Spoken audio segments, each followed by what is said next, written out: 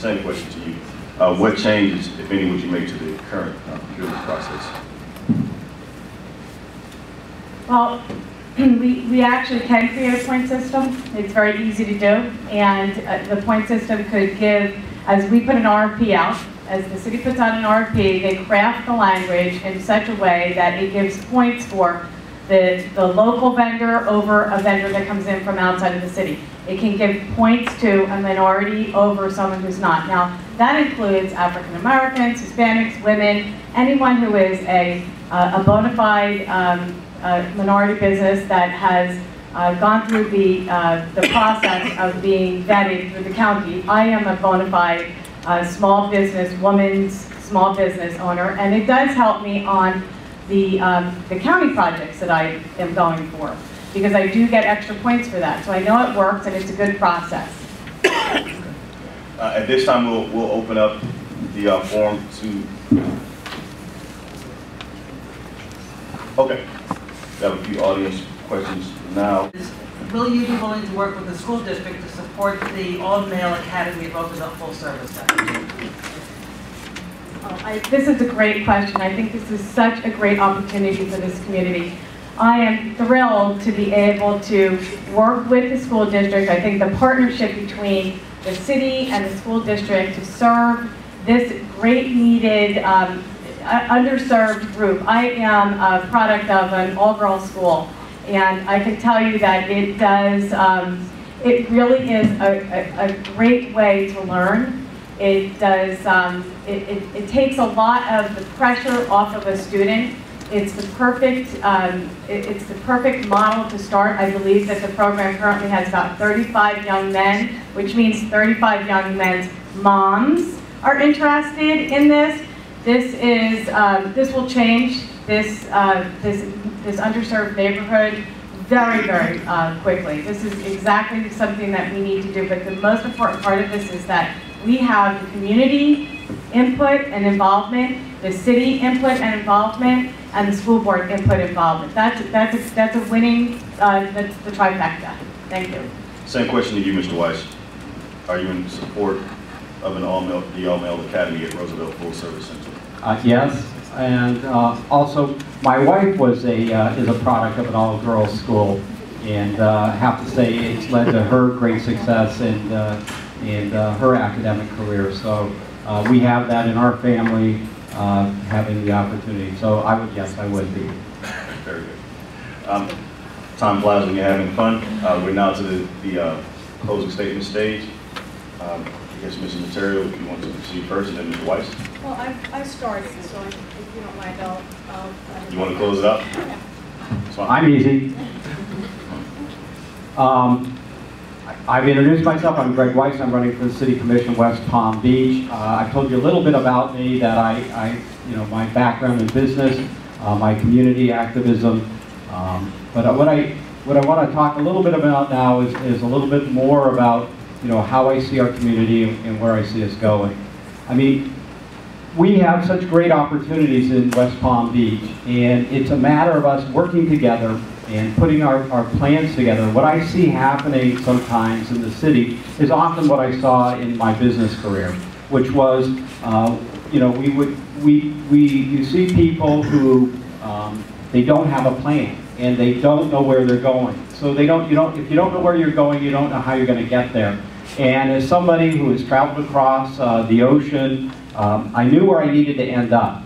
And once I knew that, I could put a plan together on how I was going to get there. And I think as a city, we need to do that. So we need to be looking both short and long term. So often in the city, we've had opportunities, and as I said earlier, we kick that can down the road and we wait for the next generation to come along and deal with it. Well, I think that's not good enough. And it's time, we put a stake in the sand and we say we're going to move forward and we're going to work on these issues together, not only solve our problems for today, but for tomorrow as well, and make sure that we're properly resourced. As we look at economic development and activity in the city, we need to make sure we have policies in place that are going to keep our businesses here, that keep those jobs here and allow our businesses to grow. We need to make sure we have policies in place so that new businesses are going to want to come and do business in West Palm Beach, that it's easy to come to West Palm Beach, to create a job, to hire our local citizens. And we also need to make sure that we have a highly trained and ready-to-work workforce. I know when we were going into new locations, when we were looking around the country to open up a new facility, one of the first things we looked at was, well, there were two major things, and you know what they were? The quality of your workforce and the quality of your school system. Those were the two key things we looked at. And the one thing that West Palm Beach can do is help improve and make sure we have both good quality school, not schools, but we have good quality workforce ready to go here. Secondly, or what I want to talk about, what, is there time? Oh, you didn't tell me there's a time limit. Oh, well, that's the first time I'm seeing timer. Okay, well, with that said, let me just tell you, I've received a lot of endorsements throughout this campaign, but the most important endorsement is yours. So I'm going to ask for you today, for your vote on March the 12th for Greg Weiss, City Commission, District 5. Thank you very much and have a great evening, and thanks for coming out tonight. So as a small business owner, my husband and I started our business with, as I said earlier, $200 and a dream. It didn't just happen overnight. It took a tremendous amount, it still takes a tremendous amount of hard work, but it took an unbelievable amount of work till we got to the point where we could both just concentrate on our business and not work 7 days a week and have additional jobs in order for us to be able to put food on our table. And we were very committed to this. I think that this area has been underserved by the city for many, many years. I'd like to see us brand the neighborhood. I'd like to see us brand the business community. I understand how hard it is to get to a payroll at the end of every week and how hard it is to find the right kind of services that are good for a community, but I know that we can do it. I know that if we can brand the neighborhood, and I'm not sure what that is, but maybe it's, we're the music center. We don't have anything like that in the city, but it's close enough to crowd the center that maybe that's what we become, the great music center of the city, the great soul food center of the city. There's so much ethnic food here. It's just fabulous for us to be able to expand on those things. My daughter's lived in DC well, this one lived there for 4 years. I have a daughter that lives there now. That's what turned DC around, was the great different opportunities that were there for people to go to and enjoy, and it's just an everyday occurrence to be able to go to a different restaurant every single day. I want to help us do that. I want you to help me help you do that. And I think that we can be very successful going into the future. It's the one thing that I really bring to the table that I understand. I am you. There's nothing different. I've worked from the ground up to get to a spot where I'm here now. And I very much appreciate your time. I want your vote on March 12th. Shannon Materio, thank you very much.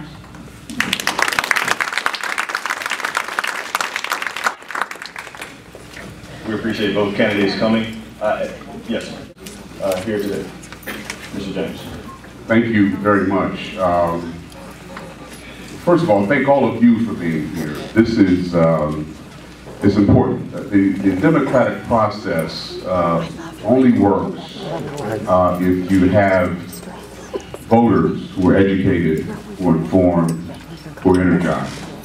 And as there has been a discussion of a number of issues this evening, it's important for you all to hear the views, but more importantly, to show up on March 12th.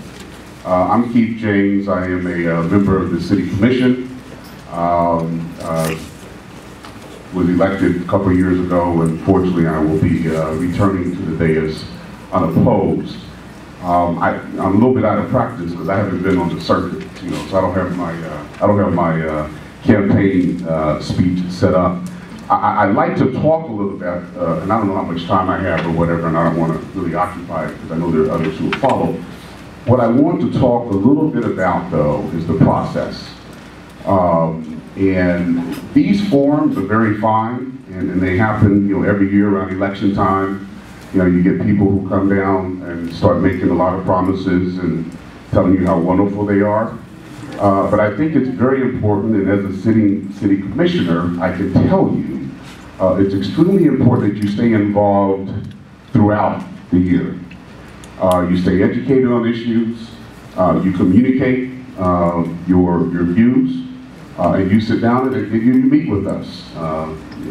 It's one thing to come to a city commission meeting, you get your 3 minutes, and you can chat, but the line of communication should be a consistent one throughout the year on issues that affect you, your family, and your friends.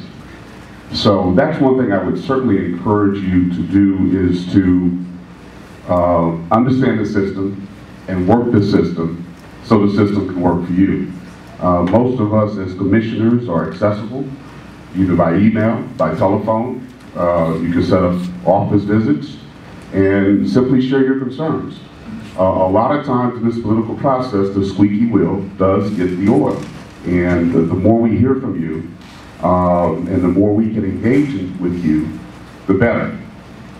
There's been a lot of discussion about economic development this evening. I am a corporate lawyer. Most of my client base are small to medium-sized businesses, so that's an area that's near and dear to my heart.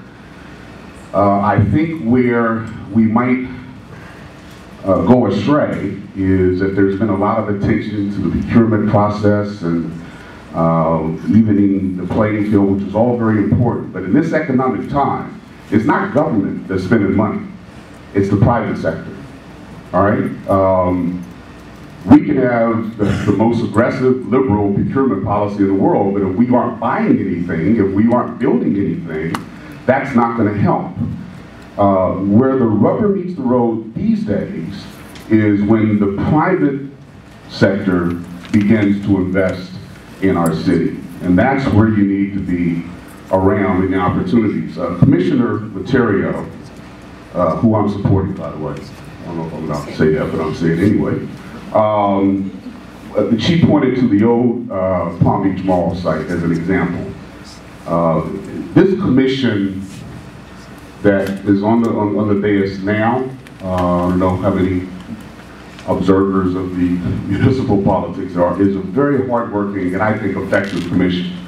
Certainly, I've been in the city now for about 27 years, and it's probably one of the most strong, most effective city commissions that we've had under the strong mayor system. One of the reasons I'm supporting Shannon is that I've seen her in action, it's important to maintain, I think, that degree of continuity, but I digress.